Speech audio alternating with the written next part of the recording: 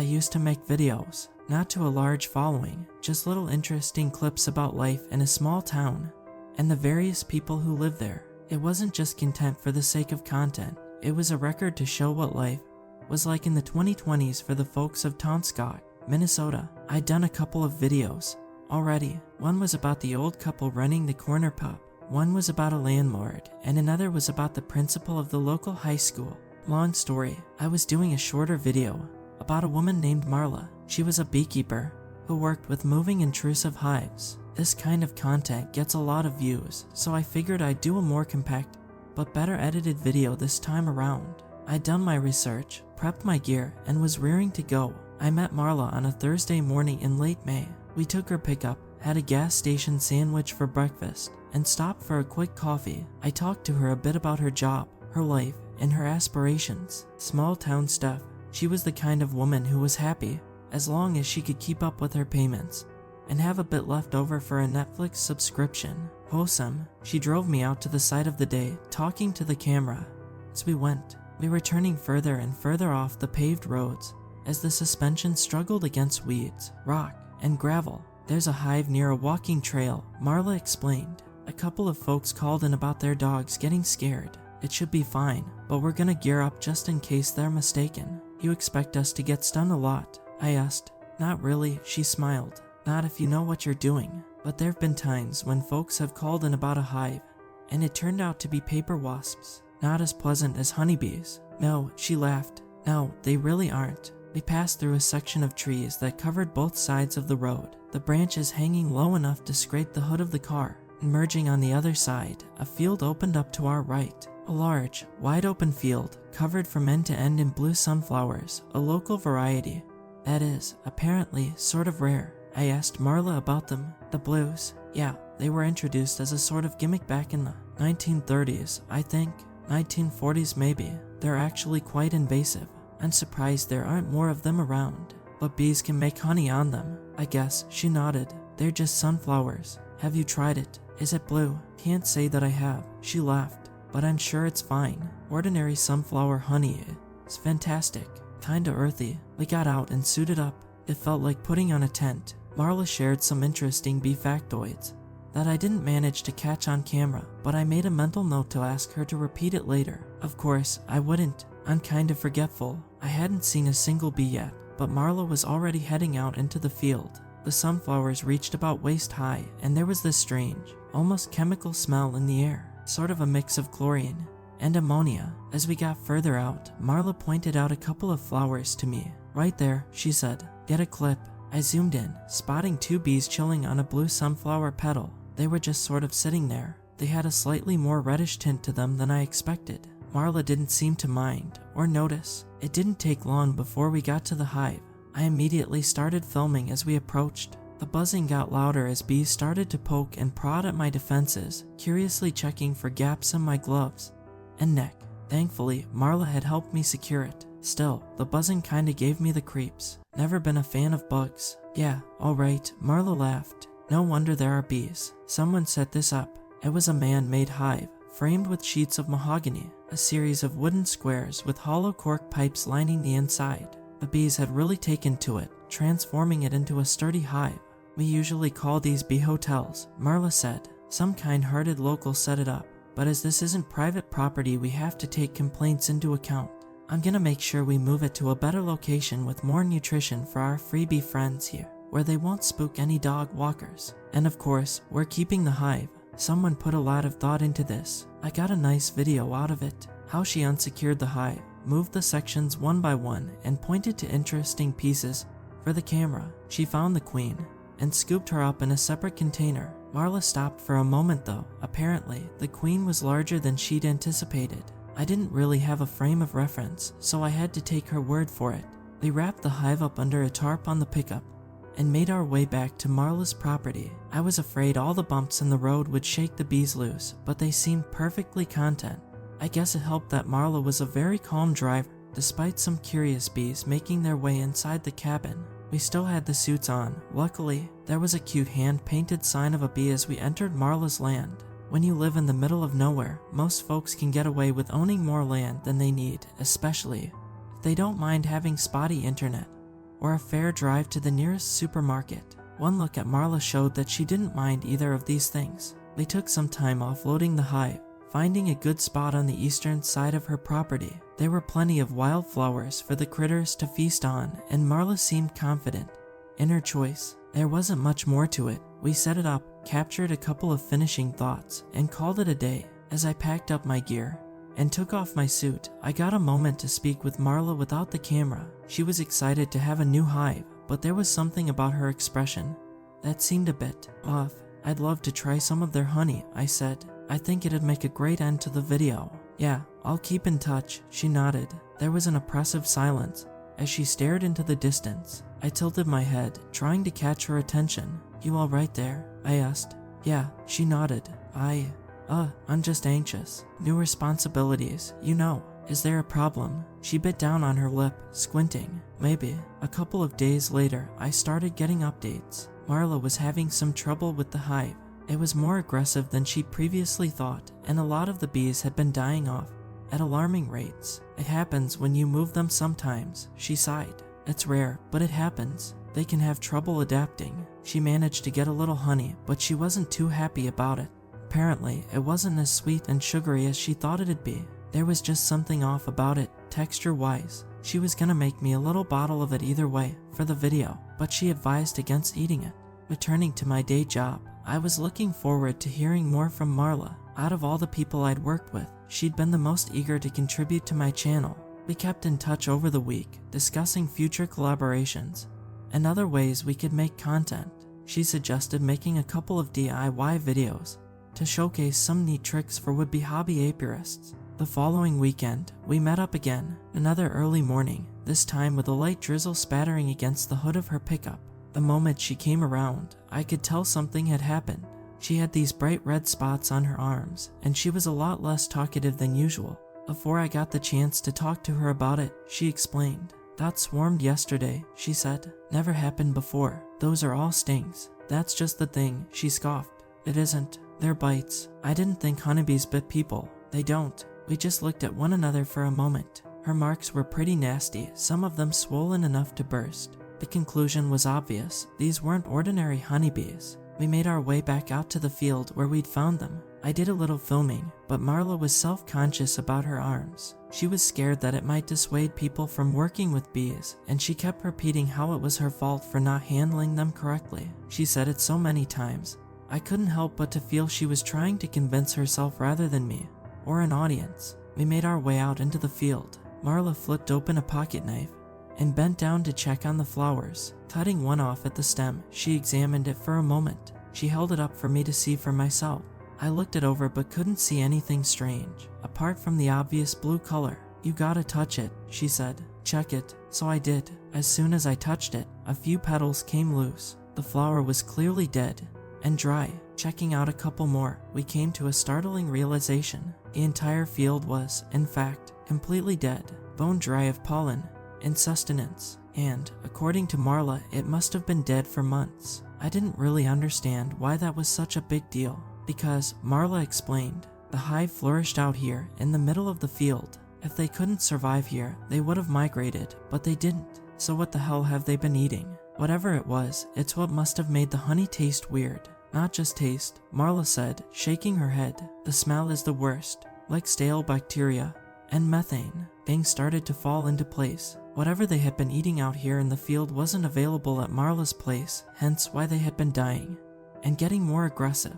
Getting back to the pickup, Marla was deep in her own thoughts, drumming her fingers on the dashboard. She couldn't figure it out. I tried to cheer her up with a pat on her shoulder, which caused her to flinch a little. I probably poked a bite mark. Sorry, I said. But you know, maybe that's why they swarmed you. What do you mean? Well, maybe they tried to eat you up. I chuckled, pointing to her arms. These don't do that, said Marla, her face stern. I know, I nodded. Sorry, bad joke. But I could tell I'd planted something in Marla's thoughts, something that worried her. As we went back to her property, she explained that there was indeed a kind of bee that was carnivorous. There was a type of bee called the vulture bee that fed exclusively on meat.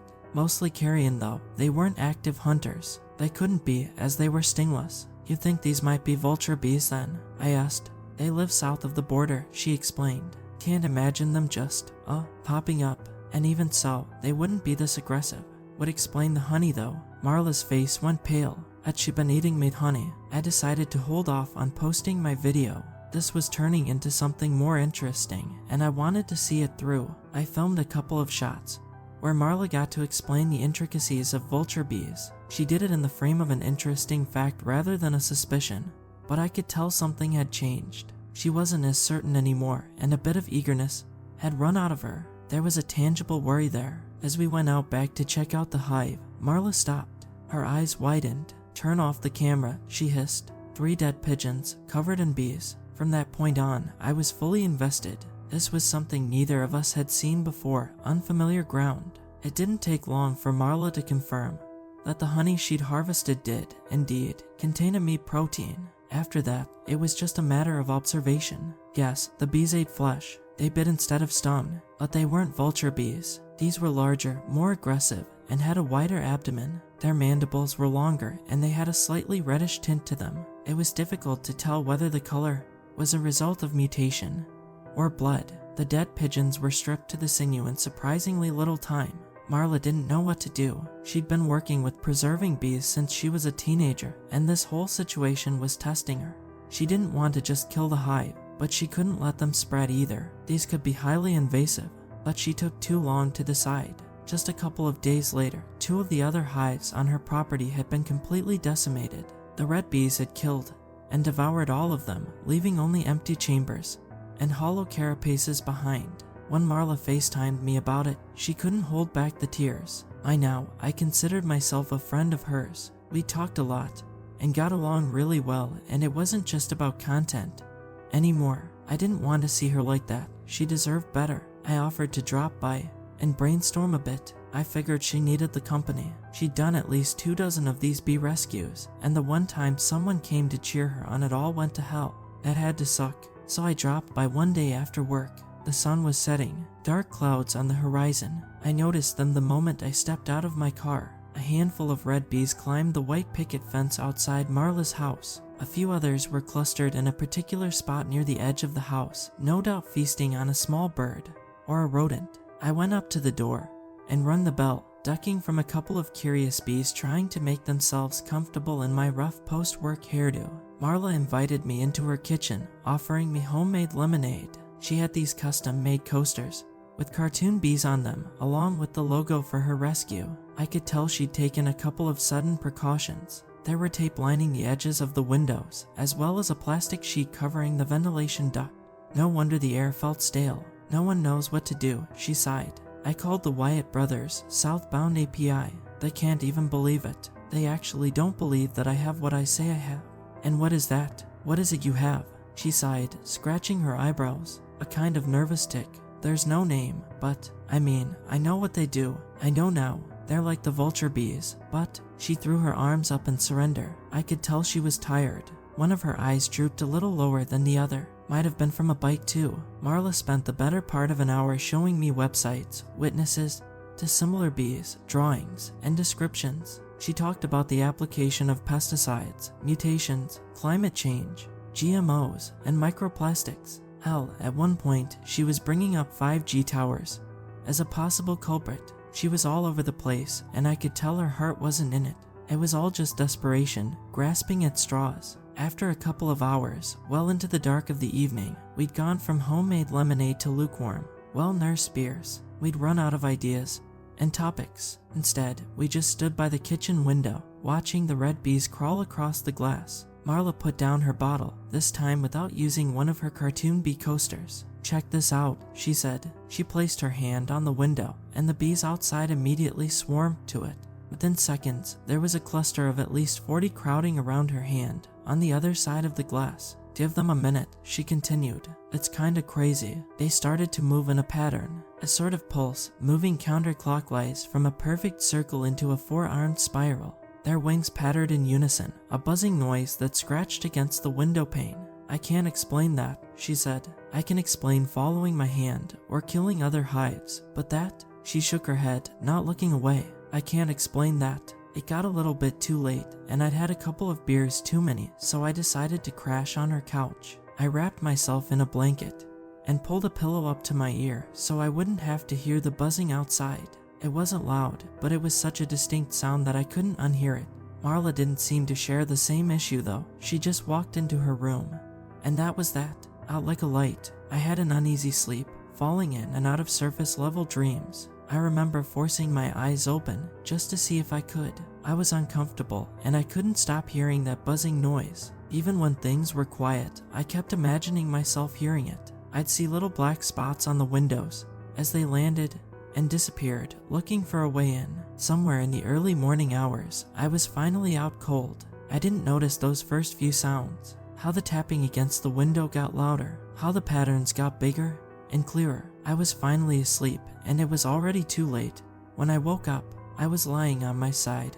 As I popped open a single eye, only to see a red bee on my hand calmly brushing itself clean. I didn't notice the droning noise at first, until I realized the background noise of the room was different. Looking beyond that first red bee towards the window, I realized something. The pattern of bees was on the inside of the window. There were hundreds of bees already inside the room, but the sound was closer than that. It was all around me, and somewhere in the background, I could hear a breeze. Was the front door open? I tried to stay completely still, but I could feel something in my chest tightening. I wanted to brush the bee off, but I couldn't bring myself to move. Something was holding me back, keeping me from just waving my arms around and getting out. There was something more to this. Seconds later, there was a noise, a rising murmur like a moving mass. Thus way I can describe it as a vibrating burlap bag followed by meaty footsteps. Not loud, but not quiet either. Someone didn't care too much about waking me. If there was ever a time to get up, to run, or to fight, that was it. But all I did was lie there, staring at that one red bee on my hand, listening to something slowly approach from behind. It's as if I knew how badly outmatched I really was. I could feel something shift as the side of the couch was grabbed, creaking noises as fingers dug into old leather, snapping sounds, sinew and muscle stretching and realigning under a thin layer of skin, forced breathing and hissing descending on me from above. Little sniffs, then silence. I held my breath. You took my hive. Less of a voice and more of a collision of wings and carapaces, a shape buzzing. The red bee on my hand looked straight into my eyes. Not a single twitch, nothing. I whispered under my breath, trying not to move my mouth. I didn't. There was a pause, a sudden shift. As someone stepped back, a little moving mass came loose, dropping on top of my blanket. A handful of red bees, carefully spreading out to investigate me. Behind me, footsteps leading into Marla's bedroom. I could hear her deep breaths. From here, I stayed completely still. I was unharmed. I'd be fine. I just had to wait. Every nerve in my body felt like it was put through a white fire, still, controlled, and desperate to explode into action. As little creatures made their way across me, carefully looking me over, the pores on my skin were screaming at me to move, itch, and shudder. I could feel the hairs on my neck rise, only to be tugged on by eager mandibles. Then, a scream. Marla screamed. A bloody, mind-piercing screech. The kind of scream that you just know means pain. Hearing it was like feeling a physical push, and I couldn't hold myself from acting any longer. I rolled off the couch, trying to shake the bees off. The cluster on the window exploded into a disorganized attack, swarming every piece of me, and the room, and the adjoining kitchen. They were inside my clothes, in my hair, in my eyebrows, and they were going to eat their fair share. Every bite was white-hot fire, followed by a sudden stinging cold. I ran outside. I remember taking off my clothes, waving my shirt around. Shoeless and burned by bites, I ran from her house, making as much space between me and the hive as possible. There was this blur of buzzing, biting, flailing, and screaming. Some of it mine, some of it Marla's. In the distance, little red spots crawling across my waving shirt. I threw myself on the ground, rolling in the grass. I smacked my body with the palm of my hand over and over, ensuring me that the little tickle I felt wasn't another one of them. Then I just lay there, panting in the grass. They were gone. A single red bee on the palm of my hand remained, carefully brushing itself before casually flying off. I could feel the soothing morning dew on my cheek.